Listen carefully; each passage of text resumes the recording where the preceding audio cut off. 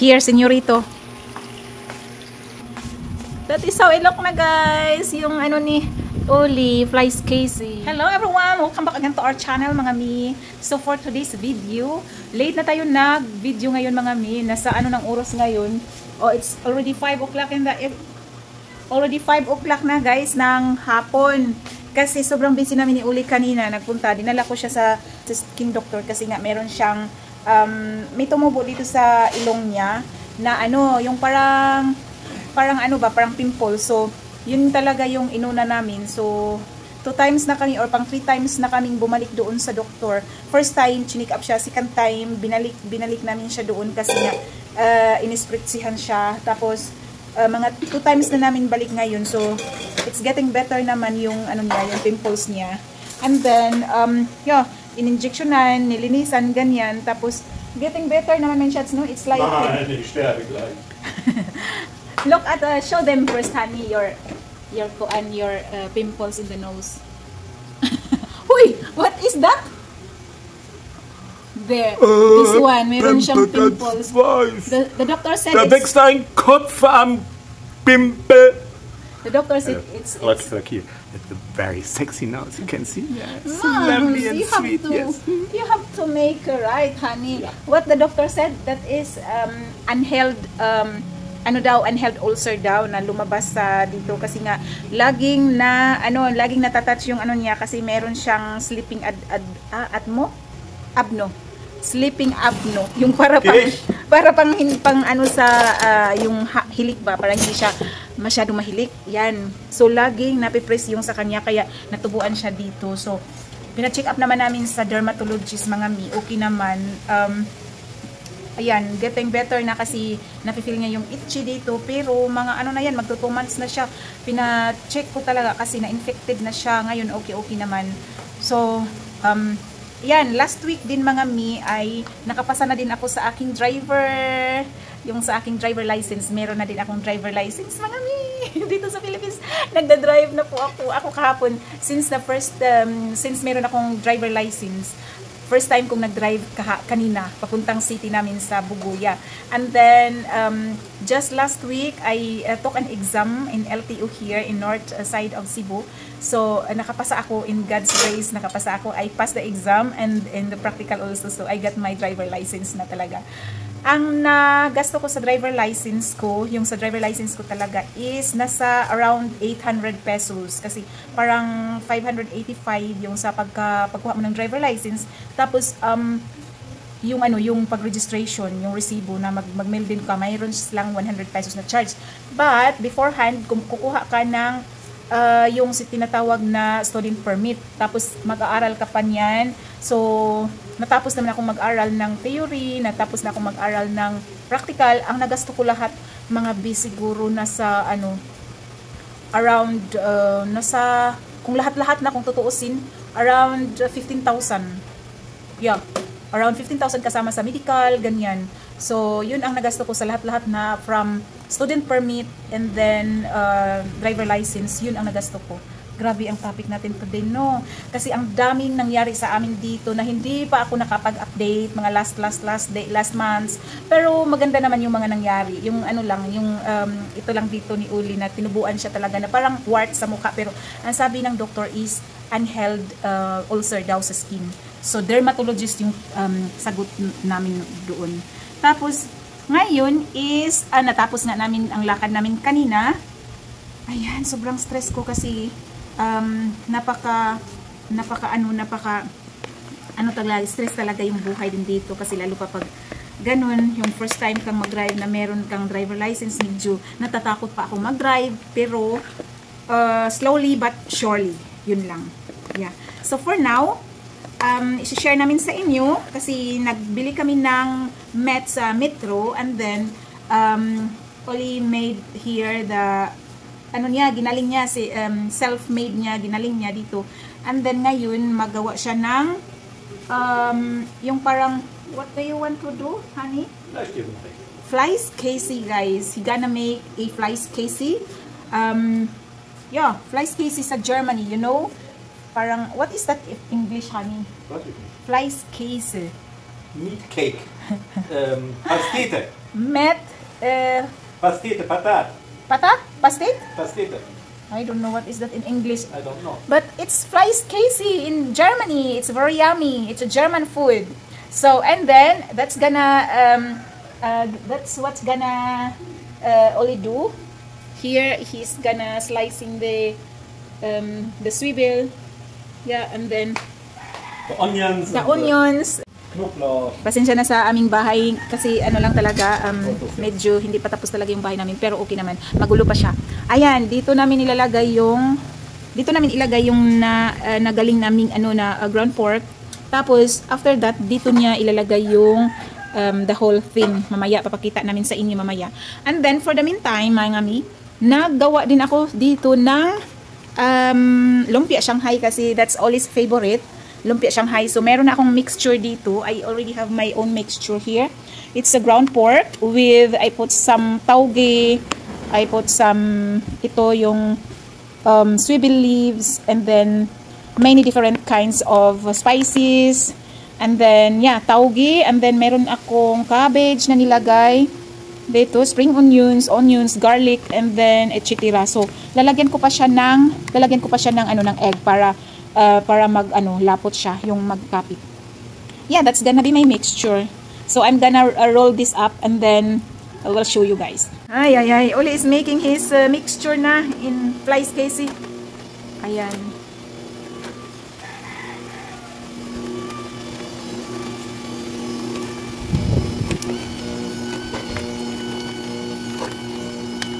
So for the meantime, mga mi, isi-show ko sa inyo yung weather namin today. Or mga 3 days ago na to, yung bagyo ng Christine, di ba? Meron tayong bagyo dito sa Pilipinas ngayon. Diyos ko po, 3 days or magpo 4 days na ito dito. Ganito yung weather namin dito sa Cebu. Guys, grabe, sobrang dim niya. Ayan, mga 5:30 na in the afternoon dito. Ayan. Mahangin siya, and then, yeah, maulan. Hindi siya hindi mainit. Pero okay naman, at least meron din kaming ulan dito. Diba? Meron ako diyang bagong tinanim dyan, mga bagong tanim ko yan, tapos pinaano ko kay kuya ito kasi yan, baka gusto kong magtanim bukas, taniman ko siya. So yun yung weather namin dito. Ayan, yeah, okay naman. So yun yung update namin dito, tapos okay lang naman kami ni Oli. It's our 5 ano ba na ngayon, 25 na ngayon.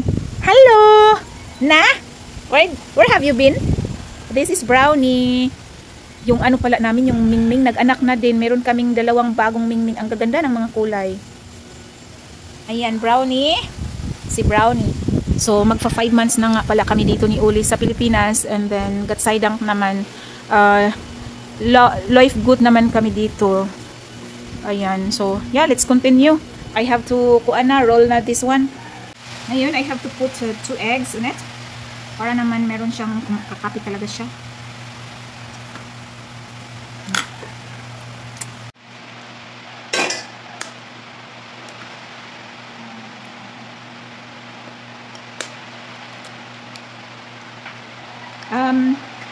Dito pala sa probinsya namin, ang lakas ng ulan ngayon sa labas naman. Kami ng mga, gawa kami ng compost. Yun, nilalagay namin sa compost.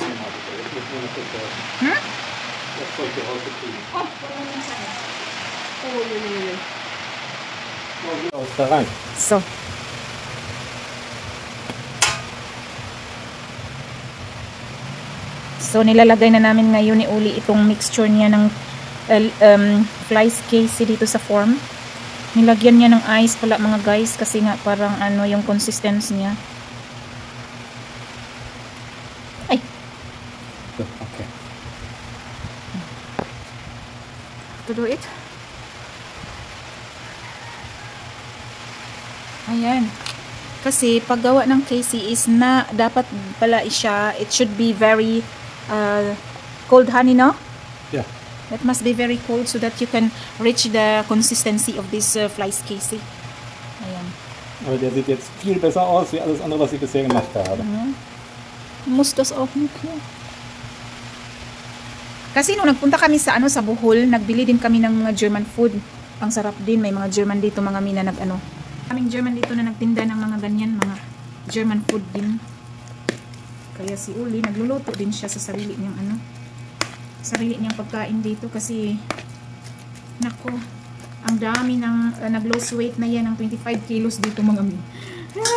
You lose 25 kilos naman, shots? 25 kilos na nga yung nilose niya. Ayan, minutes ko pa. Yeah! And then this, Frolings Rollin also is his favorite Filipino foods talaga. Ito lang yata yung favorite niyang pagkain natin dito mga mi.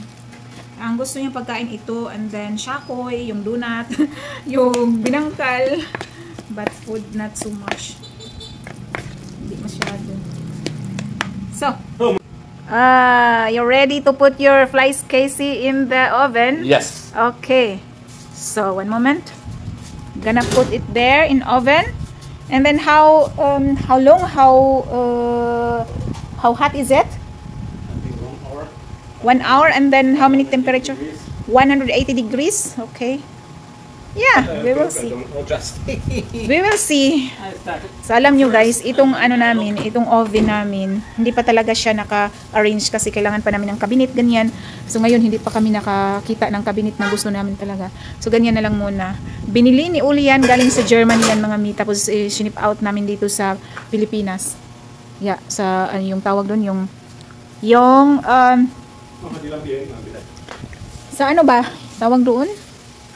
Yung ang tawag doon, balikbayan box. Si Brownie, alam kasi niya na hindi siya bawal siyang papasukin, kaya dyan na lang talaga siya. Hindi siya bawal siya papasukin dito kasi ayaw ni Uli ng dog dito sa bahay. So it is our living here in the Philippines, mga mi. Yeah, I'm gonna proceed na kasi ay alas 5 pa pala, alas 5 G's. Ay, itutur ko pala kayo dito sa room ni Uli, sa computer room niya mga mi. Itong namin organ, galing din yan sa Germany. Ang dami-daming naming sinip galing sa Germany mga mi. Mga pagkain, mga printer, mga guitar ni Uli, itong mga pagkain. Itong room na to mga guys, hindi pa talaga siya arrange kasi nga dami pa naming kailangan na dami pa naming kailangang anuhin. Dinahadahan lang talaga namin ito dito. So, ito yung pagkain namin. Galing yan lahat sa Germany mga bi. Sinend namin ito sa balikbayan box. Imagine, nasa lahat-lahat, nasa 22 boxes ang na-ship namin dito. Dahan-dahan lang papuntang Germany. Ito galing yan sa Germany. Mga ano niya yan sa Germany yan galing. Printer sa Germany, computer. Pero ito, dito na yan sa itong table at saka computer. Dito na yan sa Pilipinas kasi nasira man yung monitor niya doon sa Germany. Tapos yung iba dito, ito galing yan sa Germany, sinend out, pinaship out namin dito. Yan mga bagay-bagay namin yan, mga kagamitan namin yan sa Germany. Lalo pa sa pagluto kasi, pagluto ng German food dito sa Pilipinas. Pinaghandaan talaga yan ni Uli dito guys kasi nga alam niya na walang pagkain German dito kaya ready talaga siya na magawa ng sariling pagkain niya. Kaya sa isang room namin, halos kanyang mga butang lang talaga yan mga mi. Tapos ito yung seats namin na sobrang stable sa Germany. Pinaano talaga niya dito, pinasend niya talaga. Yan. Mga German items yung nasa loob sa mga carton mga mi. Yeah, so it is. And then there is the German man. 100 was? 170. 170. Okay, sabi niya 170 daw. 170. Okay. Yeah, so I have to proceed my things here. Meron na akong lumpia wrapper. Mabibili mo din ito dito sa Pilipinas. Everything you can find it here, mga mi. So since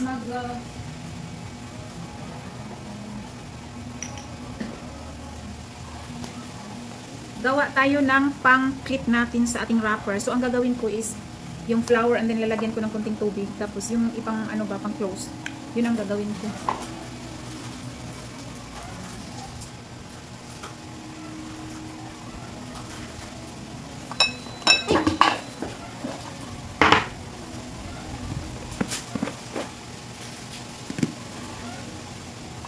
Tapos, lagyan natin siya ng tubig.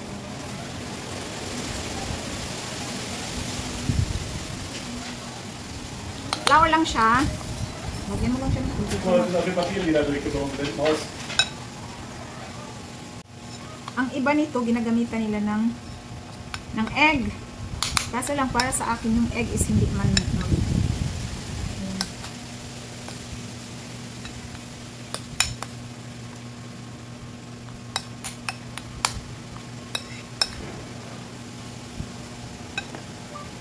Fleisch steht Temperatur fertig.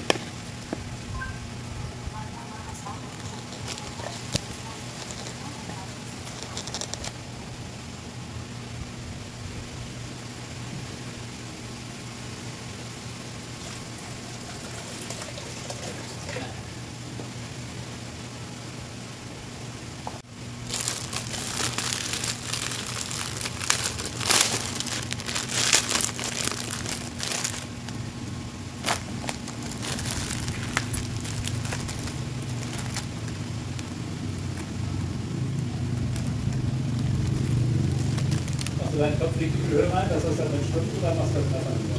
Noch nicht. Ha? Noch nicht, honey. Ist Doch, Makro. nicht, die Frage nicht nur, was du machst. Ha, ist Rolle erst.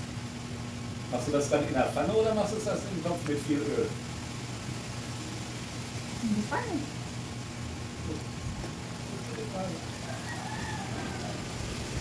So, mag-rewickle na tayo mga guys. Kailangan lang siguro natin liitan kasi maliit itong ano ko.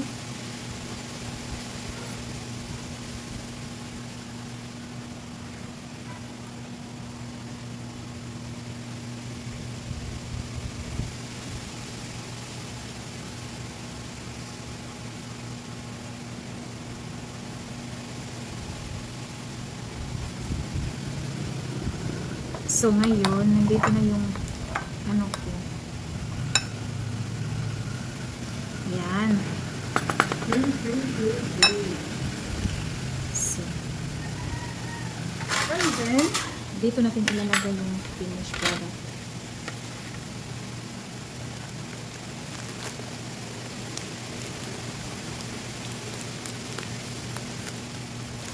We have to ulit-ulit na lang mga B.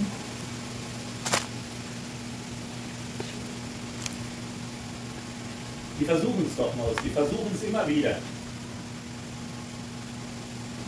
Yeah, honey. Bisschen dumm. You don't understand? I will make a envelope.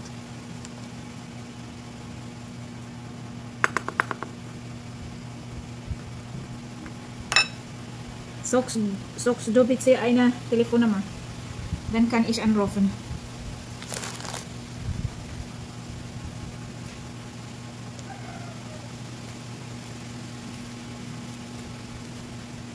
Yeah, you have to do this process until na matapos ito. See us later. So natapos ko na lahat siyang mga mi. Ayan na. I'm frying na niya. So, fry na natin siya.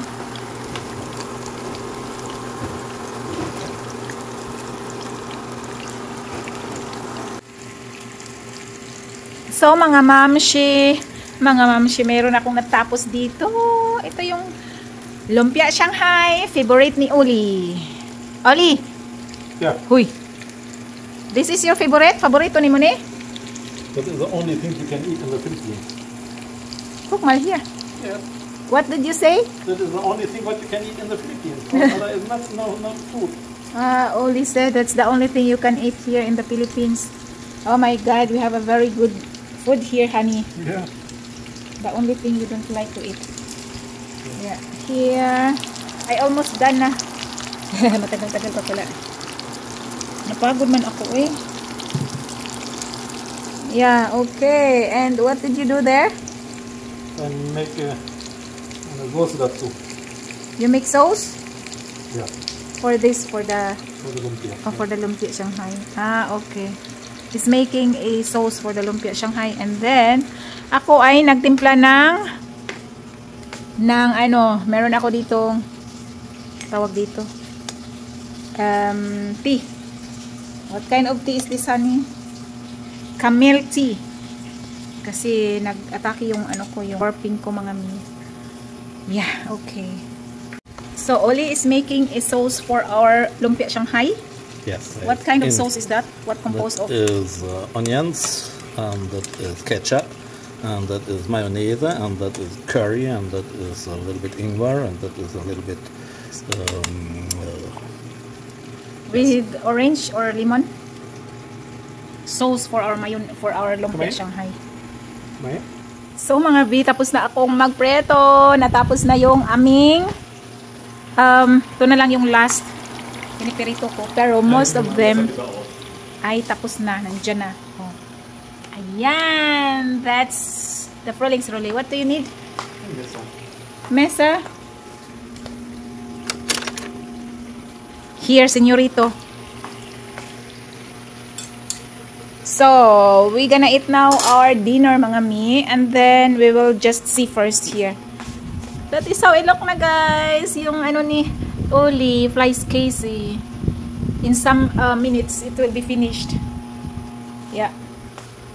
So, for now, we gonna eat.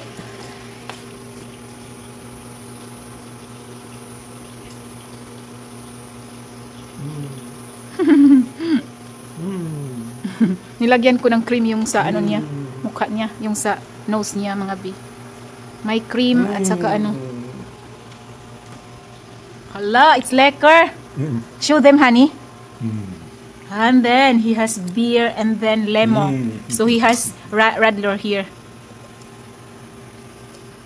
Oh yeah. That is very yummy. But honey, you don't like it. No, I don't like the swivel, the onions in the sauce. Okay, we will eat. I will eat also. So guys, kain. We will eat first.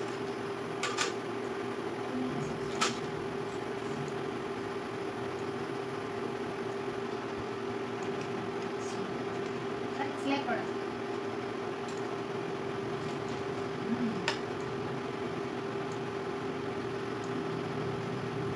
Good na pilit.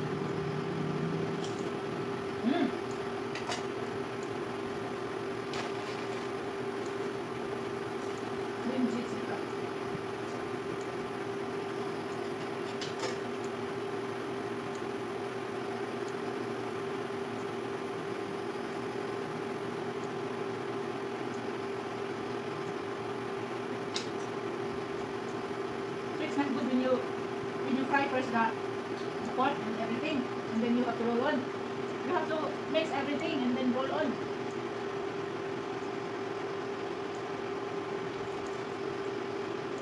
Yeah, finish na yung. Tapos na pala yung ano ni Uli, oh, Flies Casey. Wow, it looks so yummy. Thank you for watching our vlog. I hope to see you soon. And then don't forget to subscribe, like, and comment down below, mga mi. Bye! Till my next one.